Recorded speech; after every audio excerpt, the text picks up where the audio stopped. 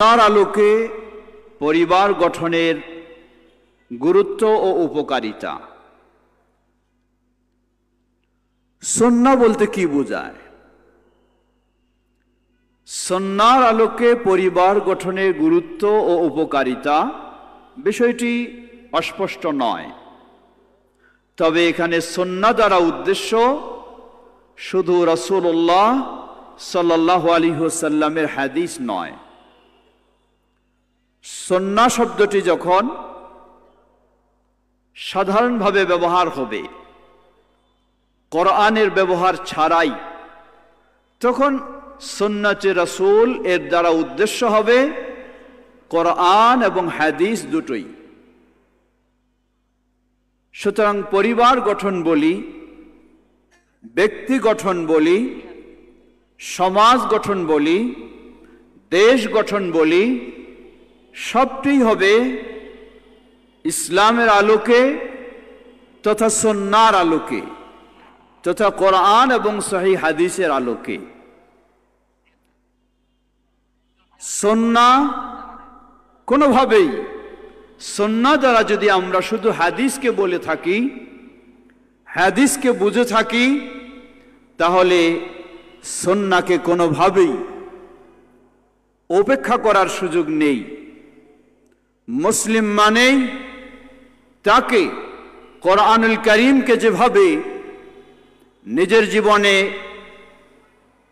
বাস্তবায়ন করতে হবে, ঠিক একইভাবে রাসূলুল্লাহ সাল্লাল্লাহু আলাইহি ওয়াসাল্লামের সুন্নাহ বা হাদিসকেও সেভাবেই বাস্তবায়ন করতে হবে। কিন্তু অতীব দুঃখের সাথে আমরা বলতে চাই, এটি হতবাক হওয়ার বিষয়, এমনও কিছু মানুষ রয়েছে যারা নিজেদেরকে মুসলিম বলে পরিচয় দেয়, আবার তারা বলতে চায় ইসলাম মানব শুধু কোরআন দিয়ে হাদিস দিয়ে নয়।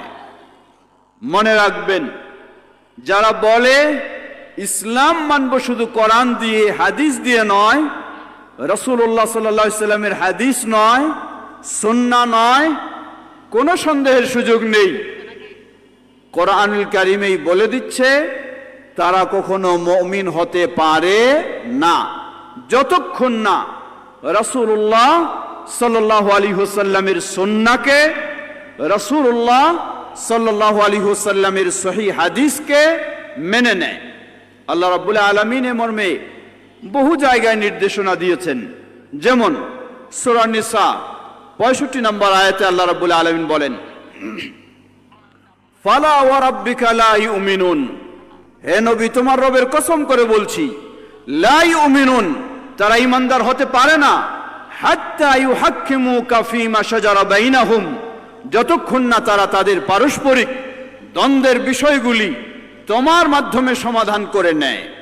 নবী সাল্লাল্লাহু আলাইহি ওয়াসাল্লামের মাধ্যমে সমাধান নেওয়া এর অর্থই হলো কোরআন এবং সহিহ হাদিসের মাধ্যমে সমাধান নেওয়া। সুতরাং যারা বলে আমরা শুধু কোরআন মানি হাদিস মানি না, আল্লাহ সুবহানাহু ওয়া তাআলা কোরআনেই কসম করে বলছেন তারা কোনোদিন ঈমানদার হতে পারে না। অতএব মুসলিম মানেই তাকে কোরআন এবং রাসূলুল্লাহ সাল্লাল্লাহু আলাইহি ওয়াসাল্লামের সুন্নাহ বা রাসূলুল্লাহ সাল্লাল্লাহু আলাইহি ওয়াসাল্লামের সহিহ হাদিস মানতেই হবে। অতএব নিজের ব্যক্তিকে গড়তে হবে কোরআন ও সহিহ হাদিসের আলোকে, নিজের পরিবারকে গড়তে হবে কোরআন এবং সহিহ হাদিসের আলোকে, নিজের সমাজকে গড়তে হবে কোরআন এবং সহিহ হাদিসের আলোকে, গোটা দেশকে গড়তে হবে কোরআন এবং সহিহ হাদিসের আলোকে। তখনই প্রকৃত ইসলামের অনুসারী হওয়ার সুযোগ হবে এবং দাবি করা যাবে। এখানে এখনো কেউ কথা বলছে, কার কথা এখানে আছে? এখানে কেউ মাইকম্যান বা যারা ব্যবহার করছে তারা এটা সরানোর ব্যবস্থা করুন। এই সাউন্ড বক্সে মানুষের কথাগুলি আসছে। প্রিয় ভাইরা আমার, ফিরে আসি আবারও। সুতরাং সুন্নাহ একটি অপরিহার্য বিষয়, যা ছাড়া কারো ঈমান থাকতে পারে না, যা ছাড়া জান্নাতের আশা করা যেতে পারে না, যা ছাড়া জাহান্নাম থেকে মুক্তিও আশা করা যেতে পারে না, এবং যা ছাড়া ইসলামী জীবন কখনো গড়ে তোলা সম্ভব হবে না। সময় যেহেতু স্বল্প, আমার নির্দিষ্ট বিষয়ের মূল আলোচনায় ফিরে আসি। সুতরাং আমাদেরকে পরিবার গড়ে তুলতে হলে সুন্নাহর বিষয়টি অপরিহার্য বিষয়। বিশেষ করে যারা আমরা পরিপূর্ণ জীবন ইসলামের আলোকে গড়তে চাই, কারণ ইসলাম একটি পরিপূর্ণ জীবন ব্যবস্থা। ব্যক্তি থেকে রাষ্ট্র পর্যন্ত অবশ্যই সকল বিষয় সুন্নাহর আলোকে গড়তেই হবে। আর যদি আমরা ব্যক্তি জীবনকে বাদ দিই, পরিবারকে বাদ দিই, ডাইরেক্ট আগে আমরা রাষ্ট্রীয় জীবনটাকে সুন্নাহর আলোকে গড়তে চাই, তাহলে ভাবতে হবে, মনে করতে হবে কখনোই এটি পরিপূর্ণ সুন্নাহর আলোকে জীবন গড়া সম্ভব হবে না।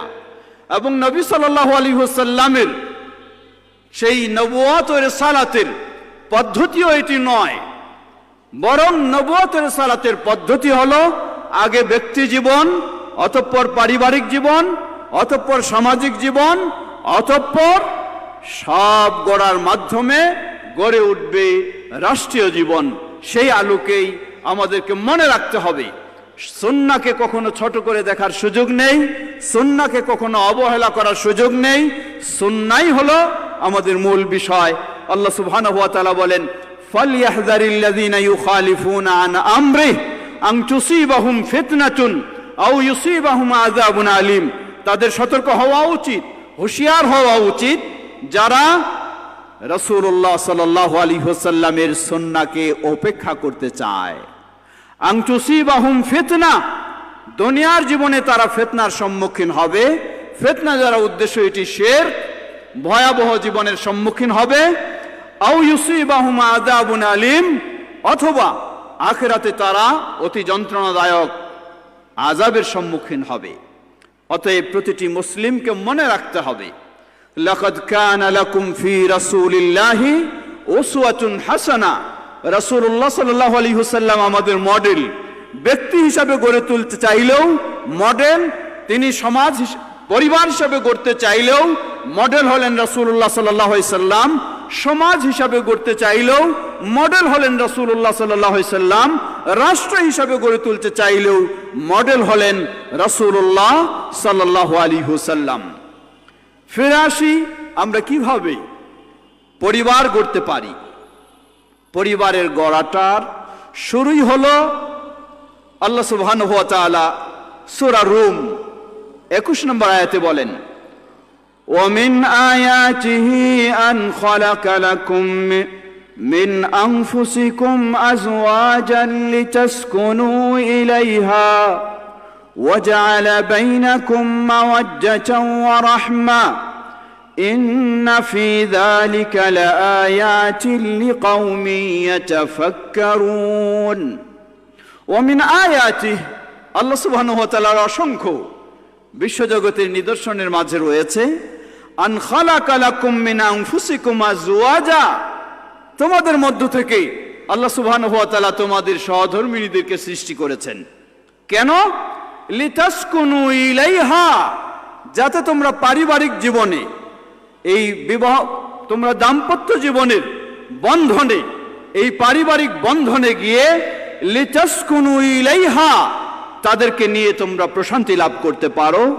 ওয়াজআলা বাইনাকুম মাওয়াদ্দাতান ওয়া রাহমা, আর আল্লাহ সুবহানাহু ওয়া তাআলা নারী পুরুষ উভয়ের মাধ্যমে এই দাম্পত্য জীবনের আলোকে, উভয়ের মাধ্যমে এই পারিবারিক জীবনের আলোকে আল্লাহ সুবহানাহু ওয়া তাআলা উভয়ের মাঝে ভালোবাসা, আন্তরিকতা, সহানুভূতি, একটি সদয় পরিবেশ এবং পরিস্থিতি আল্লাহ সুবহানাহু ওয়া তাআলা তৈরি করে দেন।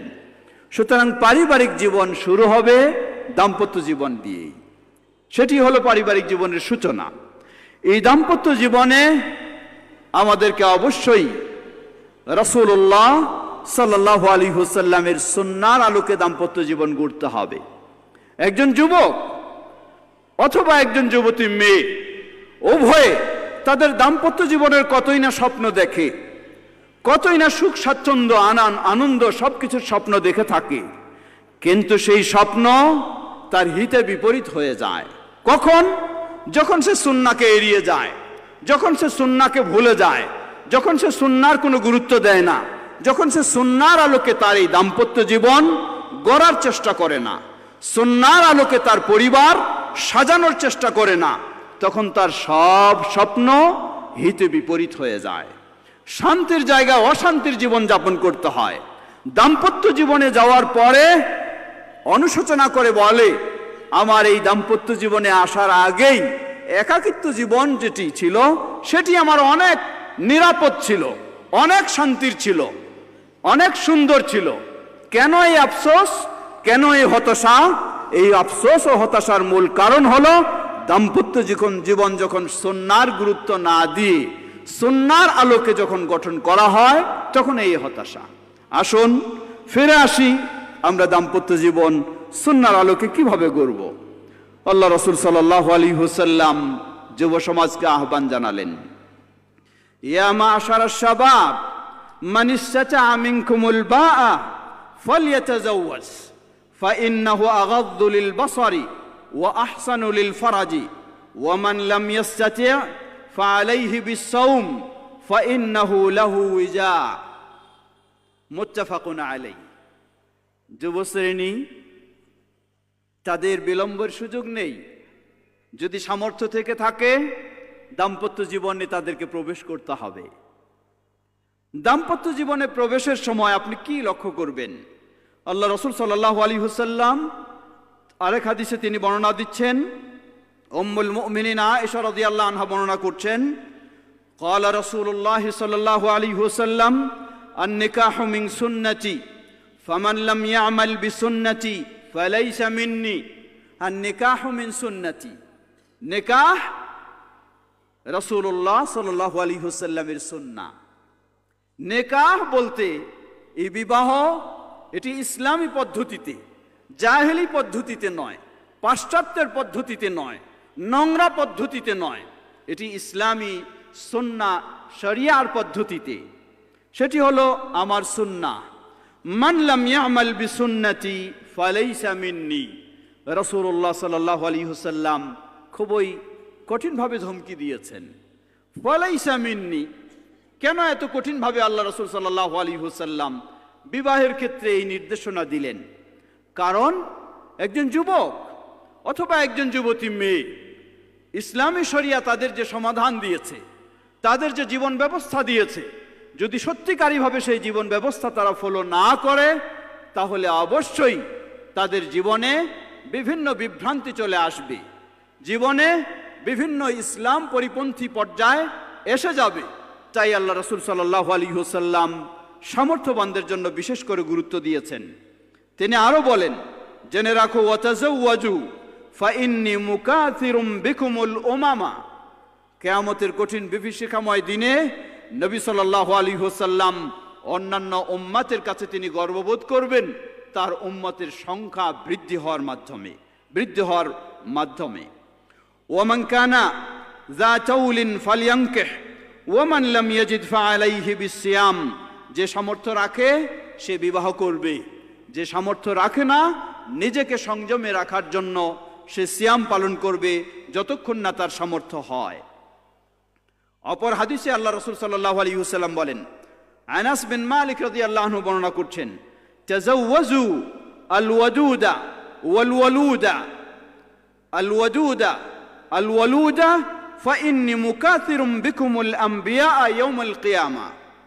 রাওয়াহু আহমদ ওয়া হাদিসুন সহিহ। রাসূলুল্লাহ সাল্লাল্লাহু আলাইহি ওয়াসাল্লাম বলেন, তাযাওয়াজু আল-ওয়াদুদা আল-ওয়ালুদা। এই হাদিস কেন স্মরণ করে দিচ্ছি? কারণ সুন্নতি পরিবার, সুন্নাহর আলোকে পরিবার গঠনের যে বৈশিষ্ট্যগুলি রাসূলুল্লাহ সাল্লাল্লাহু আলাইহি ওয়াসাল্লাম সেই বৈশিষ্ট্যগুলি উল্লেখ করছেন। তাযাওয়াজু আল-ওয়াদুদা ওয়াল আল-ওয়ালুদা, তোমরা বিয়ে করো। কোন মেয়ে? ওই মেয়েকে যেই মেয়ে বেশি সন্তান জন্মাবে, যেই মেয়ে বেশি সন্তান জন্মাবে। এর মানে আজকে আমরা পাশ্চাত্যের চ্যালেঞ্জে পড়ে গেছি, তা হলো কত কম সন্তান নেওয়া যায়। যদি সন্তান না হয় তাহলে আরো যেন ভালো। লা হাওলা ওয়ালা কুওয়াতা ইল্লা বিল্লাহ। এই চিন্তাটি মনে রাখবেন, দাম্পত্য জীবনে, পারিবারিক জীবনে আপনাকে বড় অশান্তিতে ফেলবে। রাসূল সাল্লাল্লাহু আলাইহি সাল্লাম বললেন, তোমরা এমন নারীদেরকে বিয়ে করো যেই নারীরা বেশি সন্তান দেবে। কারণটা কি? মনে রাখবেন, যেই নারীর সন্তান নেই সেই নারীর স্বামীর প্রতি তেমন গুরুত্বও নেই। যখন তার সন্তান নেই, সে ভাবে আমার তো সন্তান নেই, অসুবিধা কি, একে বাদ দিয়ে আমি আরেকজনের কাছে খুব দ্রুত চলে যেতে পারবো, অসুবিধা কি, আমার যখন ইচ্ছা তখন থাকবো, না হলে বাদ দিয়ে চলে যাব। পক্ষান্তরে যে নারীর সন্তান বেশি হবে, সন্তান বেশি হয়ে গেলে অটোমেটিক ওই নারীর মাঝে একটি দায়িত্ববোধ তৈরি হয়, সন্তানের প্রতি মায়া আসে, পরিবারের প্রতি মায়া আসে। না, হতে পারে না, অন্যকে কতই সুন্দর হোক সেদিকে আমার যাওয়ার সুযোগ নেই, আমাকে আল্লাহ সুবহানাহু ওয়া তাআলা এতগুলি সন্তান দিয়েছেন, সেগুলিকে দেখতে হবে, সেগুলিকে মানুষ করতে হবে। তাই এর মাধ্যমে পারিবারিক একটি বড় ধরনের শান্তি আল্লাহ সুবহানাহু ওয়া তাআলা দিয়ে থাকেন। সুতরাং যারা এখনো দাম্পত্য জীবনে প্রবেশ করেনি তাদের জন্য উপদেশ, রাসূলুল্লাহ সাল্লাল্লাহু আলাইহি ওয়াসাল্লামের এই নির্দেশনা ফলো করলে, এটি গুরুত্ব দিলে অবশ্যই দাম্পত্য জীবনে, পারিবারিক জীবনে শান্তি, সম্প্রীতি, ভালোবাসা, আন্তরিকতা এটি আরো বেশি হবে। অপরদিকে আল্লাহ রাসূল সাল্লাল্লাহু আলাইহি ওয়াসাল্লাম আরো নির্দেশনা দিয়েছেন, আপনি একটি সুন্দর দাম্পত্য জীবনের স্বপ্ন দেখছেন, সুন্দর ভবিষ্যতের আপনি স্বপ্ন চিন্তা করছেন, আসলে কি তা সম্ভব? জবাব, সম্ভব হতে পারে। কখন? যখন আপনি আল্লাহ সুবহানাহু ওয়া তাআলার উপর ভরসা রাখবেন, আস্থা রাখবেন এবং রাসূলুল্লাহ সাল্লাল্লাহু আলাইহি ওয়াসাল্লামের সেই সুন্নাহ অনুযায়ী আপনি অগ্রসর হবেন। সুন্নাহ অনুযায়ী মানে আপনি খুঁজছেন সবচেয়ে বেশি সুন্দরী নারী, দিন থাকুক আর না থাকুক অসুবিধা নেই। খুঁজছেন আপনি সবচেয়ে সম্পদশালী নারী, দিন থাকুক আর না থাকুক অসুবিধা নেই। খুঁজছেন আপনি উন্নত উচ্চ বংশের নারী, দিন থাকুক আর না থাকুক কোনো খোঁজখবর নেই। যদি এটি আপনার চিন্তা থাকে তাহলে কোশ্চিন কালেও আপনি আপনার স্বপ্ন বাস্তবায়ন করতে পারবেন না। আপনি অশান্তিতে সারা জীবনটা আরো বেশি অশান্তিতে ভুগবেন। এজন্য আল্লাহ রাসূল সাল্লাল্লাহু আলাইহি ওয়াসাল্লাম বললেন, তুনকাহুল মারআ লিআরবা। সমাজের অবস্থা হলো, বিয়ে করা হয়, একজন মেয়ে মানুষের চারটি দিক লক্ষ্য করা হয়। সেগুলি কি? লিমালিহা, তার সম্পদ, ওয়াহাসাবিহা, তার বংশমর্যাদা, ওয়াদিনিহা, তার দিন ধর্ম, ওয়াজামালিহা, তার সৌন্দর্য। কিন্তু রাসূলুল্লাহ সাল্লাল্লাহু আলাইহি ওয়াসাল্লাম তিনি সুন্নাহর বা শরিয়ার দিক থেকে এই সবগুলি লক্ষ্য করার নির্দেশ দেননি। অনুমতি রয়েছে কিন্তু নির্দেশ নয়। নির্দেশ কি?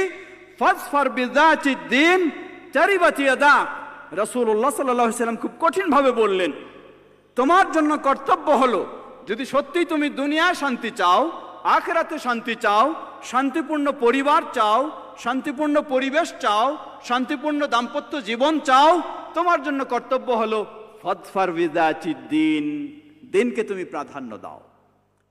দিনের পরে যদি সৌন্দর্য থাকে আলহামদুলিল্লাহ, অসুবিধা নেই। দিনের পরে যদি সম্পদ থাকে আলহামদুলিল্লাহ, অসুবিধা নেই। দিনের পরে যদি বংশ থাকে অসুবিধা নেই, কিন্তু মেইন থাকতে হবে দিন। কারণ দিন যতই আপনি সুন্দর পাবেন, সব বিষয়গুলি পরবর্তীতে আপনার ততই সুন্দর হবে। সময় স্বল্প, কথা খুব দীর্ঘ সুযোগ নেই, ফিরে আসি। আপনি নির্বাচন করলেন একজন দিনদার মেয়ে আপনার পরিবার গঠনের জন্য, দিনদার মেয়ে নির্বাচন করলেন, কিন্তু পরবর্তীতে বিবাহের অন্যান্য কার্যক্রমগুলি সুন্নাহর আলোকে সম্পাদন করলেন না, কোর্টে গিয়ে বিয়ে করে ফেললেন, মেয়ের অভিভাবকের অনুমতির তাওয়াক্কা করলেন না। আল্লাহ রাসূল সাল্লাল্লাহু আলাইহি ওয়াসাল্লাম বললেন, আইয়ু ইমরাআতিন নাকাহাত বিগাইরি ওয়ালিহা ফানিকাহুহা বাতিলুন বাতিলুন বাতিলুন।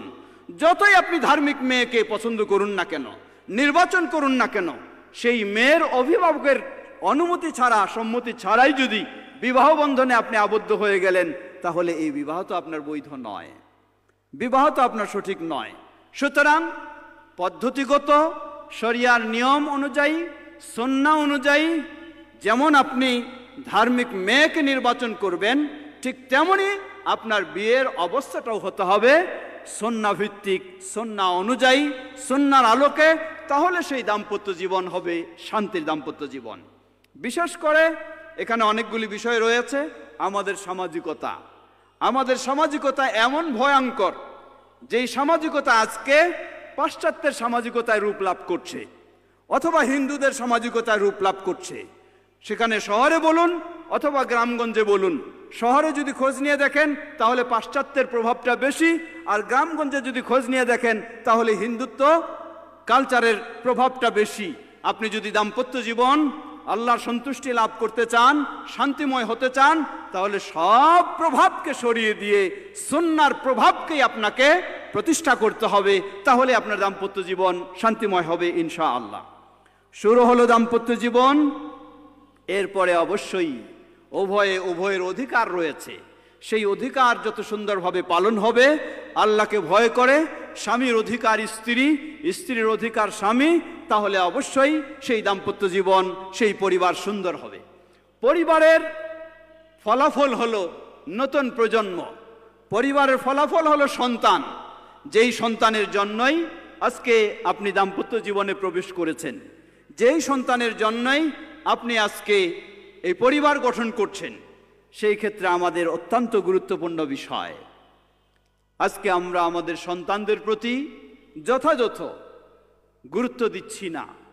তাদেরকে উন্নত করতে চাই, খুব আধুনিক করতে চাই, উচ্চশিক্ষিত করতে চাই, কিন্তু পরক্ষণে দেখা যায় যে সুন্নাহর সেখানে প্রতিফলন না থাকার কারণে, রাসূলুল্লাহ সাল্লাল্লাহু আলাইহি ওয়াসাল্লামের নির্দেশনা আলোকে সন্তানকে গড়ে না তোলার কারণে এই সন্তানই আপনাকে বৃদ্ধ বয়সে আপনার প্রতি সদয় না হয়ে, আপনার সেবা না করে বৃদ্ধ বয়সে আপনাকে বৃদ্ধাশ্রমে পাঠাচ্ছে এই সন্তানেই। কারণ এই সন্তানকে ছোট থেকে আপনি সুন্নাহর আলোকে তাকে গড়ে তুলেননি। সুন্নাহর আলোকে গড়ে তুলতে হলে তাকে সুন্দরভাবে একটি ইসলামী শরিয়াসম্মত নাম রাখা, সপ্তম দিনে তার আকিকা করা, অতঃপর পর্যায়ক্রমে অবস্থা অনুযায়ী তার জন্য ইসলামী শরিয়ায় যে গাইড, সেই গাইড ফলো করা। আল্লাহ রসুল সাল্লাল্লাহু আলাইহি ওয়াসাল্লাম তিনি কতই না এসব নির্দেশনা আমাদেরকে দিয়েছেন। সহিহুল বুখারীর হাদিস, আল্লাহ রসুল সাল্লাল্লাহু আলাইহি ওয়াসাল্লাম বলেন, জেনে রাখো, কুল্লু মাউলুদিন ইউলাদু আলাল ফিতরাহ ফাআবাওয়াহু ইউহাউইদানি আও ইউনাসসিরানি আও ইউমাজ্জিসানি, রাওয়াহু আল বুখারী। প্রতিটি শিশু সন্তান ইসলামী স্বভাবের উপরে জন্ম লাভ করে, ইসলামী কালচারের উপরেই জন্ম লাভ করে, ইসলামী চেতনার উপরে জন্ম লাভ করে, কিন্তু ফাআবাওয়াহু ইউহাউইদানি, পরবর্তীতে তার বাবা মা উভয়ে তাকে ইহুদি হিসাবে গড়ে তোলে, আও ইউনাসসিরানি, অথবা তাকে খ্রিস্টান হিসাবে গড়ে তোলে, আও ইউমাজ্জিসানি, অথবা তাকে অগ্নিপূজক হিসাবে গড়ে তোলে। সত্যি আজকে হতবাক হতে হয়, একজন ইহুদি তার সন্তানকে ইহুদি হিসাবে মানুষ করে, এটাই স্বাভাবিক এবং করছে। একজন হিন্দু তার সন্তানকে হিন্দু হিসাবে মানুষ করছে, এটাই স্বাভাবিক এবং হচ্ছে। কিন্তু স্বাভাবিক একইভাবে হওয়া দরকার ছিল, একজন মুসলিম তার সন্তানকে মুসলিম হিসাবে গড়ে তুলবে, কিন্তু আজকে সেটি হচ্ছে না। মুসলিমেরাই নিজেদের সন্তানদেরকে ভিন্ন কালচারে, ভিন্ন আদর্শে, ভিন্ন স্বভাবে আজকে আমরা গড়ে তুলছি। এজন্য প্রতিটি মুসলিমের উচিত এই দাম্পত্য জীবন শুধু নয়, এই পরিবারটিকে গড়ে তোলার জন্য, আজকে সুন্দর দেশ গড়ার জন্য, ইসলামী রাষ্ট্র গড়ার জন্য আমাদেরকে আগে আমাদের প্রজন্ম, নতুন প্রজন্মকে তাদেরকে ইসলামের আলোকে গড়ে তুলতে হবে, তাদেরকে তাওহীদের আলোকে গড়ে তুলতে হবে, তাদেরকে সুন্নাহর আলোকে গড়ে তুলতে হবে, তাদেরকে সঠিক আকীদার আলোকে গড়ে তুলতে হবে, যে শিক্ষাগুলি নবী সাল্লাল্লাহু আলাইহি ওয়াসাল্লাম আমাদেরকে বহুভাবে দিয়েছেন। যেমন আল্লাহ রাসূল সাল্লাল্লাহু আলাইহি ওয়াসাল্লাম ছোট্ট বাচ্চা আব্দুল্লাহ ইবনে আব্বাস রাদিয়াল্লাহু তাআলা আনহু কি তাকে আকীদার শিক্ষা দিলেন, কি তাকে তাওহীদ শিক্ষা দিলেন। তাকে বললেন, ইয়া গোলাম ইন্নী উআল্লিমুকা কালিমাত, হে প্রিয় বৎস, জেনে রাখো আমি তোমাকে কতগুলি মৌলিক নীতিমালা শিক্ষা দিচ্ছি। সেগুলি কি? ইহফাজিল্লাহ ইহফাজুকা, তুমি আল্লাহর ব্যাপারে সংরক্ষণশীল হও, আল্লাহর বিধিবিধানের ব্যাপারে সংরক্ষণশীল হও, স্বয়ং আল্লাহ তোমাকে সংরক্ষণ করবেন। ইহফাজিল্লাহ তাজিদহু তুজাহাক, তুমি আল্লাহর ব্যাপারে সংরক্ষণশীল হও, তুমি আল্লাহ সুবহানাহু ওয়া তাআলাকে সর্বক্ষেত্রে সহযোগী পাবে। এরপরে আরো গভীরে গেলেন, শিক্ষা দিলেন, বললেন জেনে রাখো ওয়া ইযা সাআলতা ফাসআলিল্লাহ, যখন কোনো কিছু চাওয়ার ইচ্ছা হয় তুমি চাইবে একমাত্র আল্লাহর কাছে। ওয়া ইযা ইসতাআনতা ফাসতাইন বিল্লাহ, এই ছোট বাচ্চাকে এভাবে যদি আজকে আমরাও এই তাওহীদের শিক্ষা দিতে পারি, এই আকীদার শিক্ষা দিতে পারি, আল্লাহর প্রতি সেভাবে গড়ে তুলতে পারি, তাহলে হবে সেই একদিন আদর্শ সন্তান, হবে সেই একদিন আদর্শ নাগরিক, হবে সেই একদিন আদর্শ ব্যক্তি যে চিন্তা করবে নিজেকে গড়ে তোলার ইসলামের আলোকে, চিন্তা করবে সমাজকে গড়ে তোলার, চিন্তা করবে দেশকে গড়ে তোলার। সুতরাং বিষয়টি অত্যন্ত গুরুত্বপূর্ণ। রাসূলুল্লাহ সাল্লাল্লাহু আলাইহি ওয়াসাল্লাম সন্তানকে গড়ে তোলার জন্য নির্দেশ দিলেন, মুরু আওলাদাকুম বিসসালাহ ওয়া হুম আবনাউ সাবঈন ওয়াদরিবুহুম আলাইহা ওয়া হুম আবনাউ 10। বয়স যখন 7 তোমরা সালাতের নির্দেশ দাও, বয়স যখন 10 এরপরে অমনোযোগী হলে তোমরা তাকে অবশ্যই শাসনের ব্যবস্থা নাও। সত্যি যদি আমরা সেই সুন্নাহর আলোকে আমাদের সন্তানদেরকে গড়ে তুলতাম তাহলে তারা বখাটে হতো না, তারা আজকে কিশোর গ্যাং নামে এই সমস্যার আমরা সম্মুখীন হতাম না যদি আমরা তাদেরকে সুন্নাহর আলোকে একজন নামাজি বানাতে পারতাম। আপনি বানান ইঞ্জিনিয়ার, অসুবিধা নেই, কিন্তু বানাতে হবে নামাজি। আপনি বানান ডাক্তার, অসুবিধা নেই, কিন্তু বানাতে হবে নামাজি। তাহলেই তো সফল হব আমরা, সফল হবেন আপনি, সফল হবে সন্তান, সফল হবে দেশ। আসুন আমরা সেই সুন্নাহর আলোকে আমাদের পরিবার গঠন করার চেষ্টা করি। আল্লাহ সুবহানাহু ওয়া তাআলার নির্দেশনা সেটাই। আল্লাহ রাব্বুল আলামিন বলেন, কু আনফুসাকুম ওয়া আহলিকুম নারা, আমাদের নিজেদেরকে বাঁচতে হবে এবং আমাদের পরিবারকেও জাহান্নাম থেকে বাঁচানোর ব্যবস্থা আমাদেরকে নিতে হবে। আর সেই ব্যবস্থাই দিয়েছেন প্রিয় নবী মুহাম্মদ সাল্লাল্লাহু আলাইহি ওয়াসাল্লাম। লাকাদ কানা লাকুম ফি রাসূলিল্লাহি উসওয়াতুন হাসানা, রাসূলুল্লাহ সাল্লাল্লাহু আলাইহি ওয়াসাল্লামের মাঝেই আমাদের শ্রেষ্ঠ সেরা নিদর্শ, সেই শ্রেষ্ঠ সেরা আদর্শ। তাই সেই আদর্শের আলোকে আমরা ব্যক্তি, পরিবার, সমাজ ও রাষ্ট্র গঠন করব ইনশাআল্লাহ। আর সবগুলির মূল হবে তাওহীদ এবং সুন্নাহ। তাওহীদ এবং সুন্নাহ মুক্ত যা কিছুই করি না কেন কোনোই কাজে আসবে না, না দুনিয়াতে না আখিরাতে। সময় যেহেতু শেষ, সর্বশেষ দু একটি কথা বলি, শেষ করি। এই আলোকে যদি আমরা গড়তে যাই তাহলে উপকারিতা কি? জবাব, পার্থিব জীবনে যদি প্রশান্তি পেতে চাই, দাম্পত্য জীবনে, তাহলে অবশ্যই সুন্নাহর আলোকে সেই পরিবার গড়তে হবে। পরকালীন জীবনেও যদি অনাবিল শান্তি পেতে চাই তাহলেও সুন্নাহর আলোকে পরিবার গড়তে হবে। এমনকি দাম্পত্য জীবনে যদি বরকত আল্লাহ সুবহানাহু ওয়া তাআলার আশা করতে চাই তাহলেও সেই বরকতময় সুন্নাহর আলোকে আমাদের গড়ে তুলতে হবে। অপরদিকে সন্তান, আল্লাহ রাসূল সাল্লাল্লাহু আলাইহি ওয়াসাল্লাম বললেন, জেনে রাখো মানুষেরা জান্নাতে থাকবে, জান্নাতে থাকলে হঠাৎ দেখা যাবে জান্নাতে তাদের মর্যাদাকে আল্লাহ সুবহানাহু ওয়া তাআলা বৃদ্ধি করে দিলেন। জান্নাতীরা হতবাক হয়ে আল্লাহকে জিজ্ঞাসা করবেন, ওয়া আন্না লি হাযিহি, হে আল্লাহ আমি তো এই মর্যাদায় ছিলাম না জান্নাতে, কিভাবে আমার এই মর্যাদা বৃদ্ধি হলো? আল্লাহ সুবহানাহু ওয়া তাআলা জবাব দিবেন, লি ইস্তিগফারি লাকা ওয়ালাদিকা, তোমার সন্তানের ইস্তিগফারের কারণে তোমার জান্নাতে আজকে মর্যাদা বৃদ্ধি করে দেওয়া হয়েছে। সত্যি যদি আমরা সেই সুন্নাহর আলোকে আদর্শ সন্তান, মুসলিম সন্তান, তাওহীদপন্থী সন্তান, সুন্নাহপন্থী সন্তান গড়ে তুলতে পারি তাহলে হবে দুনিয়াতে শান্তি, হবে আখিরাতে শান্তি, হব উপকারী, দুনিয়াতে লাভবান, আখিরাতে এমনকি নতুন প্রজন্ম, সুন্দর প্রজন্ম গড়তে পারবো, সুন্দর দেশের নাগরিক আমরা গড়তে পারবো। আল্লাহ আমাদের সকলকে সেই সুন্নাহর আলোকে অগ্রসর হওয়ার তৌফিক দান করুন। এখানেই আমি শেষ করছি। আমরা যেন সুন্নাহ অনুসরণ করে ব্যক্তি জীবন, পরিবার এবং সমাজ ও দেশ সকল ক্ষেত্রেই গড়ে তুলতে পারি। আল্লাহ আমাদের সকলকে সে তৌফিক দান করুন। পরিশেষে আবারও আজকের এই সুন্নাহ কনফারেন্সের কর্তৃপক্ষকে মোবারকবাদ জানিয়ে, কৃতজ্ঞতা জানিয়ে এই সুন্দর আয়োজনের জন্য আল্লাহর কাছে দোয়া করি, আল্লাহ তাদেরকে জাযায়ে খায়ের দান করুন। আমার আরেকটি প্রোগ্রামে যেতে হবে এবং সেটি দূরে, যার কারণে আজকে আগেই আমি সময় চেয়ে নিয়েছি। কর্তৃপক্ষ আমাকে সময় দিয়েছেন আগেই, এজন্য কৃতজ্ঞতা জানাচ্ছি। জাযাকুমুল্লাহু।